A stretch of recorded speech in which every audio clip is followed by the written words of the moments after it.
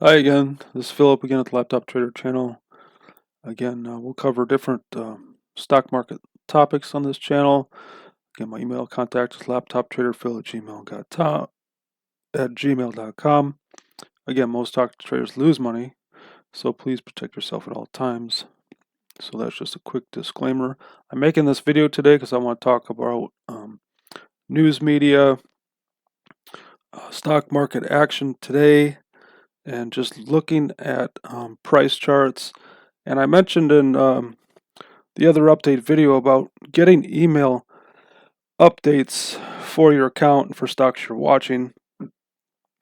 And I want to just talk about that for a minute because you have to use caution when looking at email updates or news updates, whether it's the nightly news or the financial news, TV, because for a couple reasons. One, if you don't really understand your position or what your cost basis is, and you look at the news media today or your email updates and you see, okay, SPY, the S&P 500 today closed up 8 points, 1.55%, right? That looks pretty good. Same Q's closed up. NASDAQ closed up over 2%. And the small caps closed up about 1.5%. So that all looks great on paper, right? Okay. So when we actually look at the charts, we have to understand the context of where we're at. We are in a downtrend still, even though we had some recent activity that looks positive. Okay, so yesterday we had a gap up and a close higher, so we closed with a green candlestick or a green bar. Today we closed higher than yesterday, but today was actually sold into because we finished the day with a red bar. So we opened here and closed here, if you know how to read candlesticks properly. And we're at a resistance point on this chart. Now I want to show you something so we can also get some more context, because I've just studied the market for several years now, and I really have a feel for it now, and it took me a long time to get that. But here was December of 2024, everything looked great, and all of a sudden on December 18th we get this wide range red expansion candle or red range expansion bar on volume.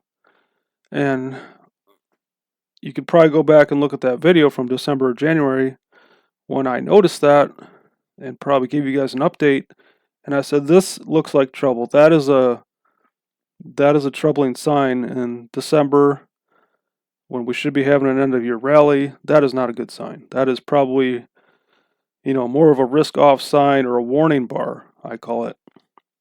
And then things played out. Things kind of went back and forth. We made a new low in January. Then we had this rally that went from the bottom all the way to the top. I believe it made a new high at the time. And so all of a sudden, traders were like, okay, we're back to normal. And then we had this gap down, retested the high, didn't make a new high, came back down, tested lows. And then we made a new high, a weak new high on February 19th, which tested these previous highs. So that looked like, okay, looks like we're going to continue this rally into the new year.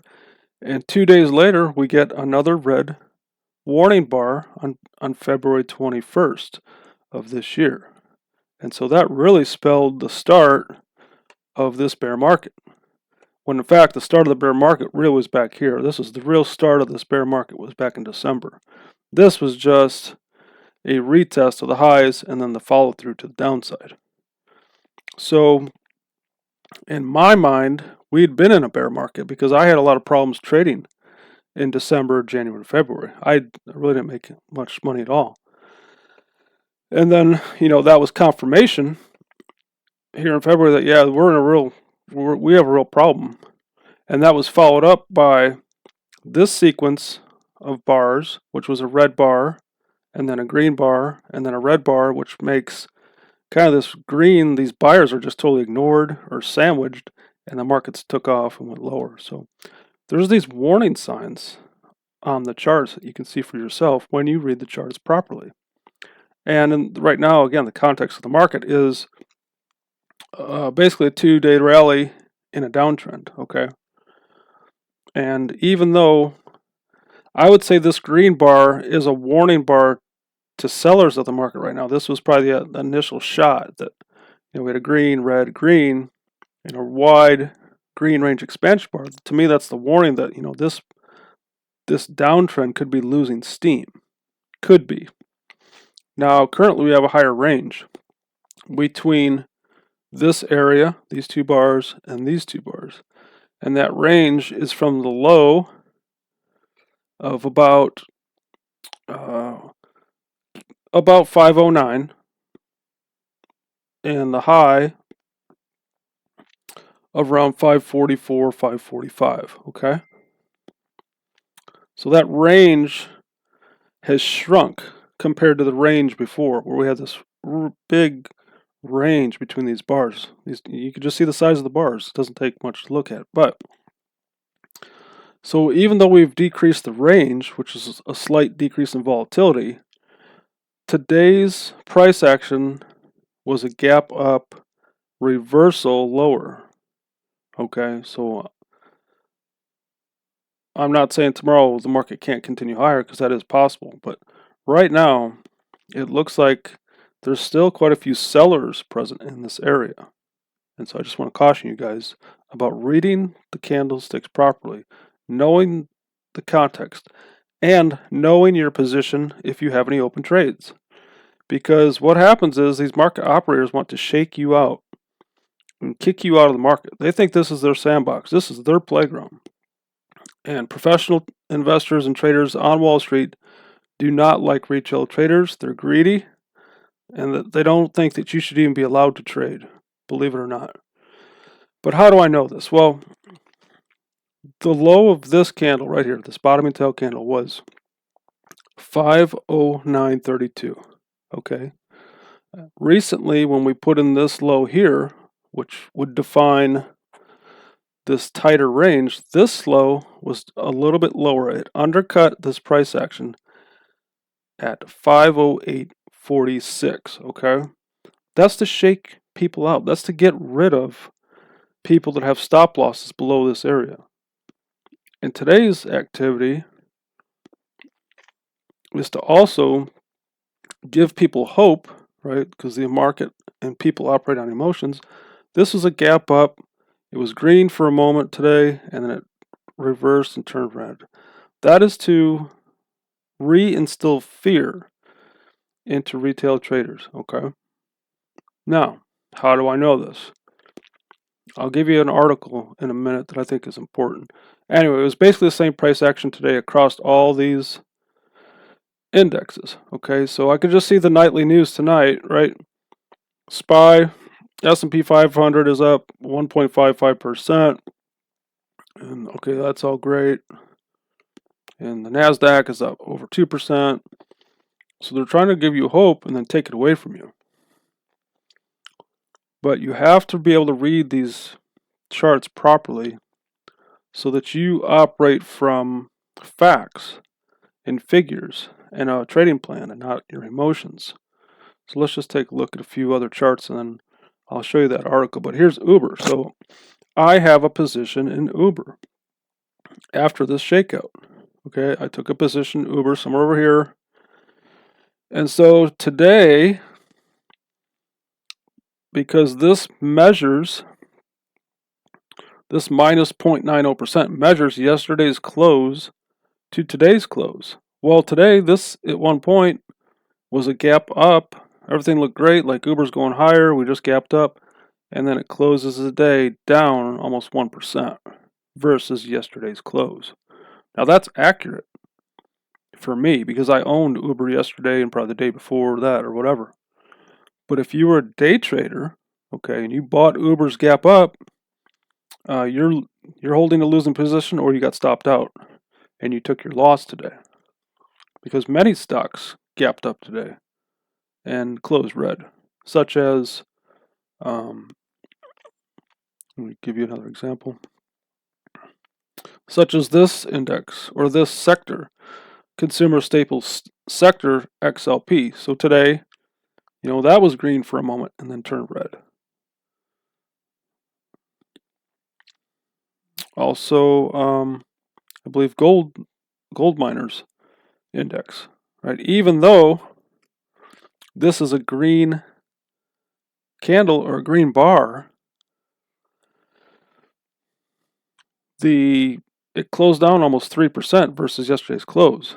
However, as a day trader, you could have made money because it's actually a green candle. So if you bought the open and held towards the close or sold towards the close, yeah, you made money today. Okay? So you must be able to read the candles properly so that you're not operating out of emotion. All right, here's another one today. Yeah, I'm up 38.91% on this stock on, because there's so much volume traded today and prices went up. But if you bought back here and you're holding it, you're still holding a loss, even though that's a green candle today. So you must be able to read the charts properly. We must understand market context so that we can operate properly. Now, let me get to you an article that I pulled up real quick. So, again, large market operators, hedge funds, big major mutual fund companies, professional traders at trading desks, high frequency trading firms, all these big Wall Street players kind of, have been there a long time. They're established. They've been there forever. To them, it's their market. Your money that you put in your mutual fund is actually their money in their mind. And you shouldn't be there playing in their sandbox. They're really that greedy and that controlling and that's their attitude, right? So I just pulled this up real quick. I just typed into Google, what percentage of the U.S. stock market is retail traders? Well, retail traders represent a significant portion of trading activity in the U.S. stock market. While the exact percentage fluctuates, estimates consistently show that retail investors account for a substantial share of total trading volume. And they kind of give this general breakdown. Retail trading has seen considerable growth in recent years, particularly after the pandemic. Market share. Most estimates place retail trading volume at around 50% of the total market. However, some sources suggest it's closer to 23%. Okay? Options trading. Retail investors are also a significant force now in the options market, with estimates suggesting they account for around 45% of options volume. So that's quite a bit. Factors contributing to the rise. Factors like the rise of free trading apps, the pandemic, and social media fueled meme stock trends have all contributed to the increased participation of retail investors. I would add to that certainly technology, payment for order flow, which is a modern thing, and just the ease of trading, right? I can open a brokerage account, fund it with some couple $1,000. I can start trading many times for free. There's no real trading costs anymore. It's just so easy to do today. So people have moved into this business. While retail volume remains concentrated in smaller stocks, there's evidence that the habits of retail traders are evolving, with some shifting to larger cap stocks like Amazon and Apple. I would agree with that. Most professional traders I know eventually shift to larger cap stocks, okay? But it's definitely a trend. In the last 2 years, approximately 30 million new retail investors opened brokerage accounts in the U.S. by 2021. Retail investors comprise 25% of total equities trading volume, nearly double the percentage reported a decade prior. So there's no question about it. People want to manage their own money now. They don't want to get tied up in some mutual fund anymore and just accept the market average and accept that Wall Street thinks your money is their money. So I think those days are clearly changing. But when I say that these large operators want to shake you out, they really do. Here's an example. Another example where price looked good. We kind of came to this area. Then we have this big red warning bar. Prices gapped down and closed higher. Then the next day, prices gapped up, giving you some hope.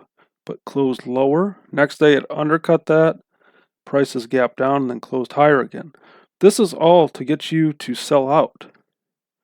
And they have the means and the motive and the ability to get you to sell out, whatever they can do. So I would encourage you not to watch the news, the financial news. I would encourage you to look at the charts for yourself. Even if you're in a mutual fund, keep track of that mutual fund and just, know your investments, know your position, know the context of the market. So again, this is a great time to learn. I hope this video helps you out reading charts, reading bar by bar analysis, and just getting a feel for the market. Again, I'll see you guys again in May. Take care and bye.